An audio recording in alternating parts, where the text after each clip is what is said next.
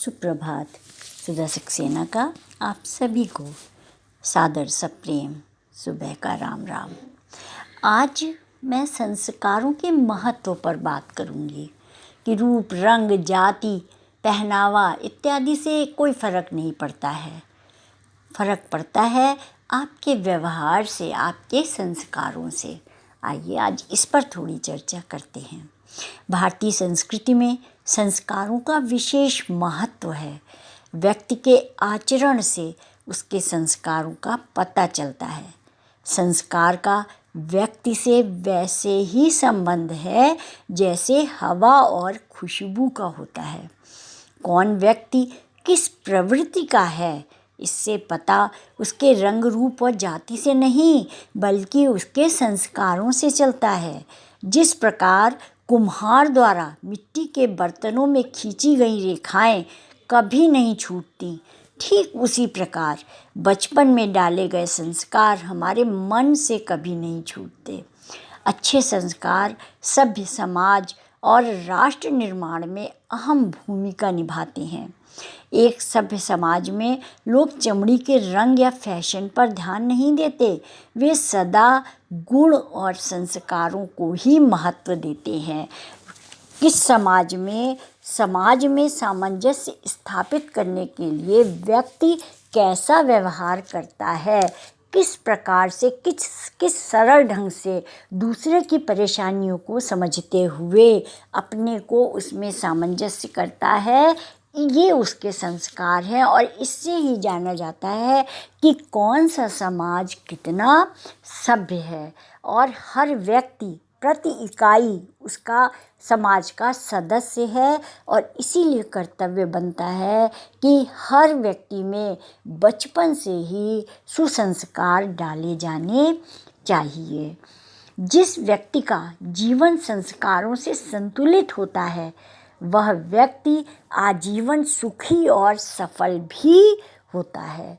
सुसंस्कार वाला व्यक्ति समाज में अपना प्रभाव स्थापित करता है और वो जो कार्य करता है वह उसमें अन्य लोगों का भी सहयोग आसानी से प्राप्त कर लेता है, जिसके कारण से उसके लिए सफलता बहुत सरल हो जाती है।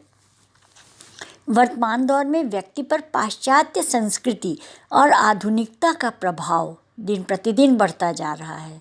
आधुनिकता की इस अंधी दौड़ में सदाचार और संस्कारों की बात करने वालों को आज पिछड़ा और निम्न सोच का समझा जाता है, जबकि लोग स्वयं के शक्तिशाली दिखाने को ही जीवन की सच्चाई मान बैठे हैं। प्राचीन काल में सदाचारी और सुसंस्कृत व्यक्ति को समाज में सम्मान प्राप्त होता था, परंतु आज अर्थ संपन्न व्यक्ति को समाज में उच्च स्थान दिया जाता है, जिसके फलस्वरूप अर्थ संचय का आधार नैतिकता ना होकर के अनैतिकता का आचरण हो गया है।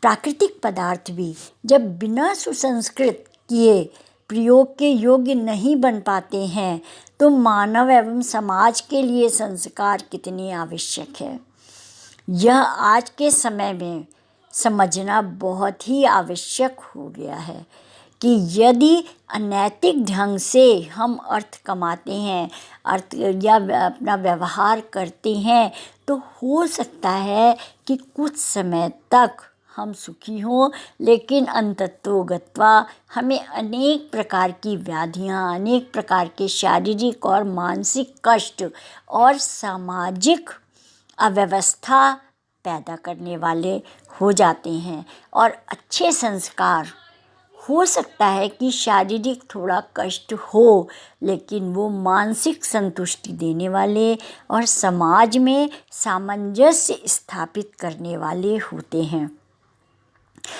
हरित संहिता के अनुसार संस्कारों से संस्कृत व्यक्ति ऋषियों के समान पूज्य और ऋषि तुल्य हो जाता है और दैव संस्कारों से अनुसंस्कृत होकर के वह देवताओं के समान पूजा एवं देवतुल्य हो जाता है।